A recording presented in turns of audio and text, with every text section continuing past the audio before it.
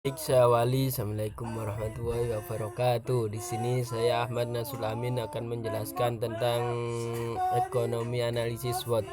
Di sini saya mengambil dua produk perusahaan, yaitu Shopee dan Tokopedia.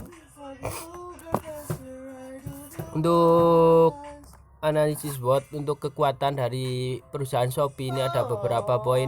Yang pertama yaitu Shopee dapat menjadi sumber pendapatan utama seseorang di masa mendatang karena mengingat Shopee sedang merintis kepopuleran saat ini.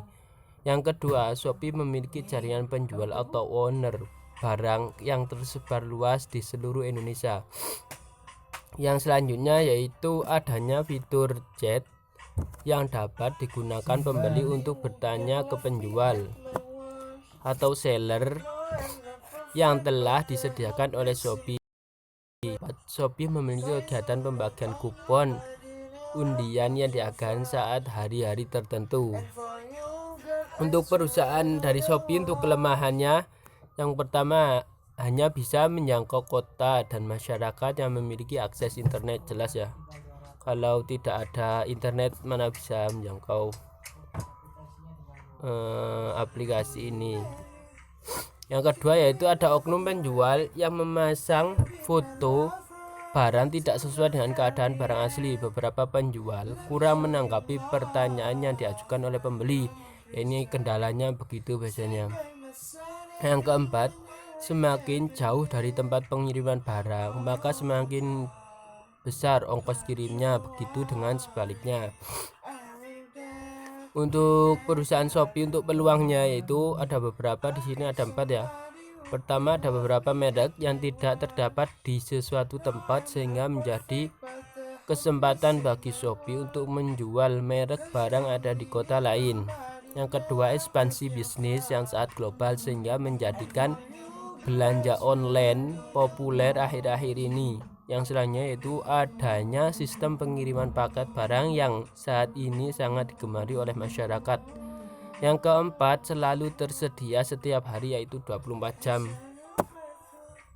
Untuk ancaman dari perusahaan Shopee, sini ada beberapa ya. Yang pertama, adanya hacker, jelas. Pembajakan. Yang kedua, peraturan pemerintah biasanya merugikan perusahaan. Yang ketiga itu adanya kompetitor yang terus berkembang dengan inovasi-inovasinya.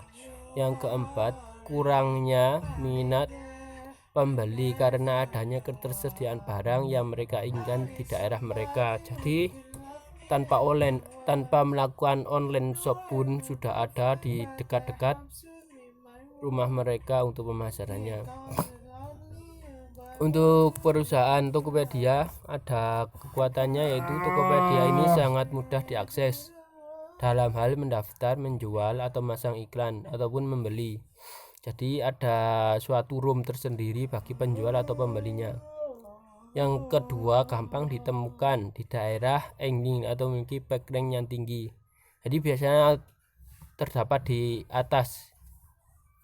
Tampilan dan toolbar mudah dipahami mulai dari kategori sampai keterangan-keterangan yang lainnya. Yang keempat yaitu adanya fitur diskusi. Selain bisa mengirim pesan, calon pembeli juga bisa membaca diskusi produk yang akan dibelinya, atau juga bisa ikut diskusi dengan calon pembeli yang lainnya. Yang kelima, adanya fitur promosi produk gratis. Ini sangat bantu para penjual, terutama player-player gratisan. Yang untuk kelemahan dari perusahaan Tokopedia yaitu memakai bahasa Indonesia sehingga situs ini susah untuk go internasional dan bergantung dengan internet, jelas. Yang ketiga, data informasi pribadi tidak tertutup. Ini memungkinkan data informasi pribadi penjual dapat dicuri dan dimanfaatkan untuk aksi penipuan. Fitur-fitur berbayar untuk penjual cukup mahal.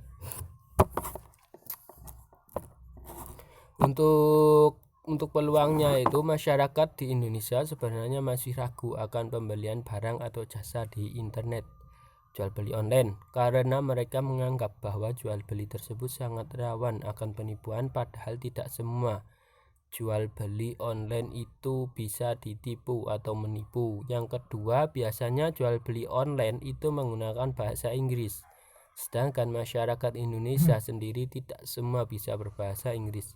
Untuk kesempatan itulah yang diambil karena Tokopedia sendiri memiliki bahasa Indonesia yang artinya memudahkan masyarakat Indonesia sendiri untuk jual beli online.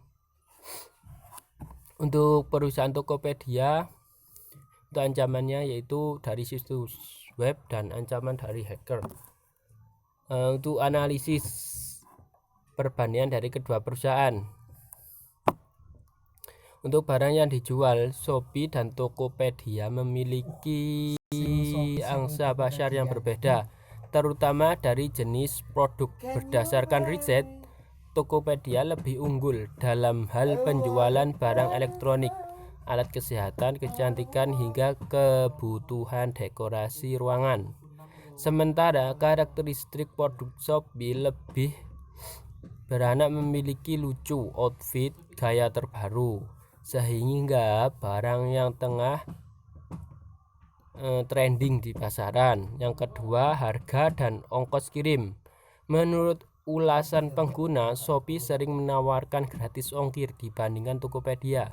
Selain itu, harga produk-produknya juga lebih terjangkau. Meskipun begitu, ternyata fitur gratis ongkir Shopee menyulitkan penjual serta berimbas pada pendapatan kurir. Untuk yang terakhir yaitu fitur aplikasi.